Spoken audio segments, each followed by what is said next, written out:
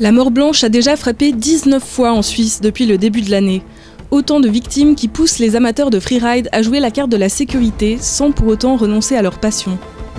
Nous sommes allés à la rencontre de 6 jeunes romans qui ont décidé de suivre tout un week-end de cours sur les avalanches à l'école valaisanne de ski Snow Rock.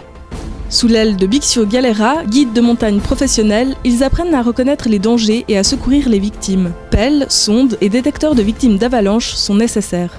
Ouais, alors on essaye de revoir un peu toutes les techniques déjà de prévention, planification de la course et puis après l'utilisation aussi justement de ces appareils, que ce soit le DVA, la pelle, la sonde.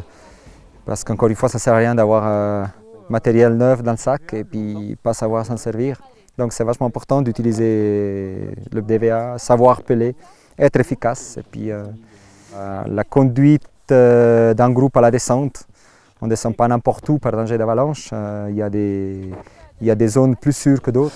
Après, on mesure la déclinaison. Ce matin, déjà en théorie, même juste en salle, on est bluffé vraiment par tout ce qu'on apprend. Et en fait, c'est des choses qu'on pourrait presque appeler un peu du bon sens. Mais c'est des choses, vu qu'on n'y pense pas forcément, c'est pas instinctif. Direction la station Les Violettes à Crans-Montana, à 3000 mètres d'altitude. Ça faisait un moment que je me disais que c'était un peu la honte qu'en vivant soit tout près des montagnes, en ayant grandi autour des montagnes, en ayant skié beaucoup en étant jeune, que j'avais pas assez de connaissances pour tout ce qui est avalanche, vraiment les conditions météo, la neige sur place, les différentes couches de neige. Du coup, c'est ça qui m'a motivé à vraiment maintenant savoir ce que je faisais en fait quand je sortais en dehors des pistes et de pouvoir peut-être sauver quelqu'un ou être sauvé par un de mes potes. Ça met de la glace, tu vois. J'essaye de la...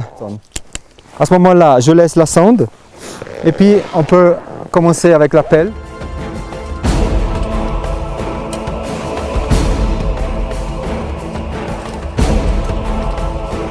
Je fais un petit peu de randonnée, puis je connais rien aux avalanches.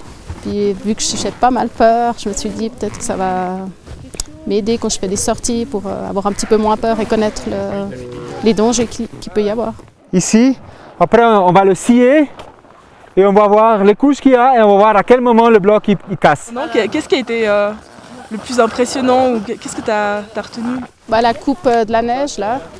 De voir qu'il y avait une grosse masse de neige qui était bien compacte, puis dessous, que ça tenait rien du tout, quoi.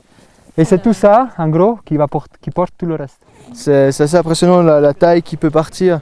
Et si tu arrives là, t'arrives dessus, je pense que t'es bien mal. La fin, tire, beaucoup plus. 1, 2, 3. Allez! Moi ça me fait peur en fait. Parce que du coup, on voit qu'il y a 1,60 m de neige qui est sur une couche qui est relativement instable.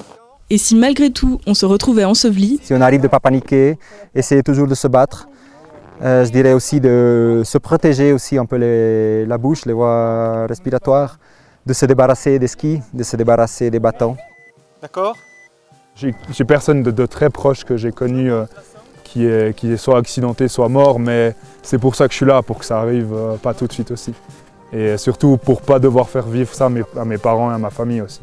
Parce que je trouve que c'est une manière de s'y contrer un peu l'égoïsme qu'on a quand on part soit tout seul, soit en groupe comme ça en randonnée en nature.